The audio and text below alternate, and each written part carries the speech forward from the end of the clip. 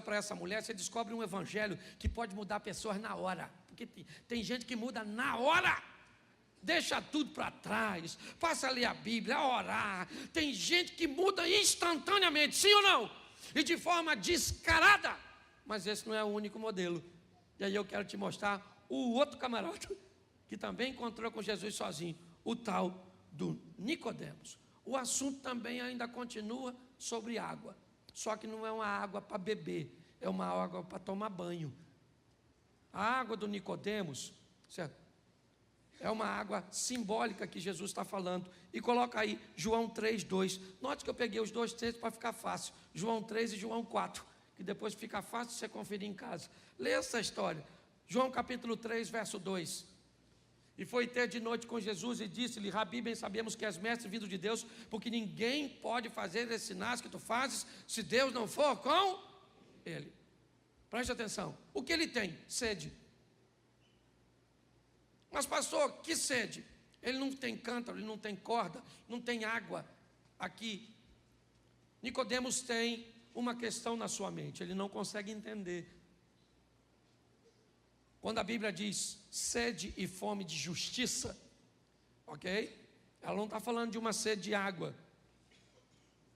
Então é uma linguagem figurada.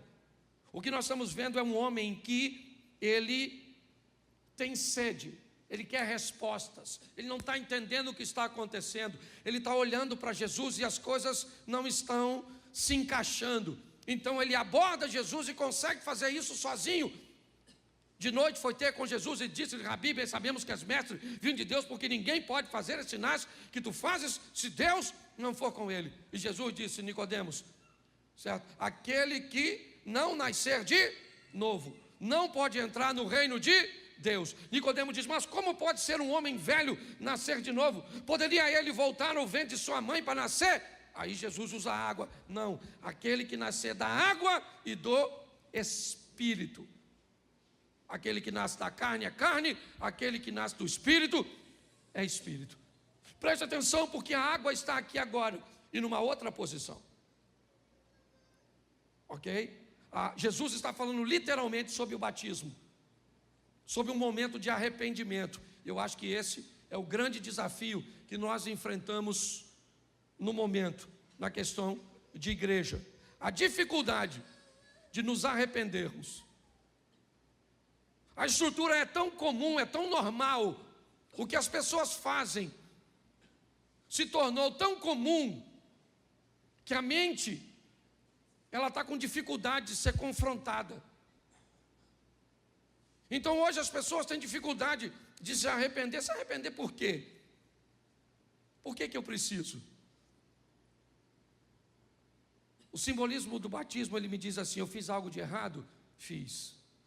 E o que eu preciso? Eu preciso de arrependimento. Quando eu desço as águas, eu declaro que a partir de agora, eu sou um homem, certo? Que me propus a viver uma nova vida, em Cristo, com Cristo. Uma água que vai me purificar, pegar meu passado e jogar fora, e agora me conscientizar de que eu preciso, dentro da palavra de Deus, ok? Ver a minha história mudando. A diferença de Nicodemos para mulher samaritana é a mudança. Quando você lê aqui João 3, a história acaba e Nicodemos vai embora para casa. Ele não vai buscar ninguém, ele não vai fazer nada, ele não vai voltar. Aliás, você não vai ver Nicodemos de novo voltando para Jesus. Não há registros. Mas coloca para mim aí, eu acho que é capítulo 7 de João, verso 51. Bota aí, eu acho que é isso. Isso. Volta um pouquinho no 50 para ver se aparece o nome dele para o pessoal entender.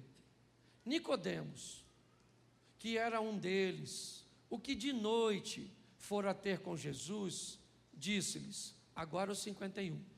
Porventura, condena nossa lei um homem, sem primeiro ouvir e ter conhecimento do que faz? Verso seguinte.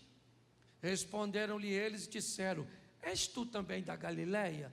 examina e verás que da Galileia nenhum profeta surgiu. Verso seguinte, e cada um foi para sua casa. A história do Nicodemos sempre é assim com Jesus.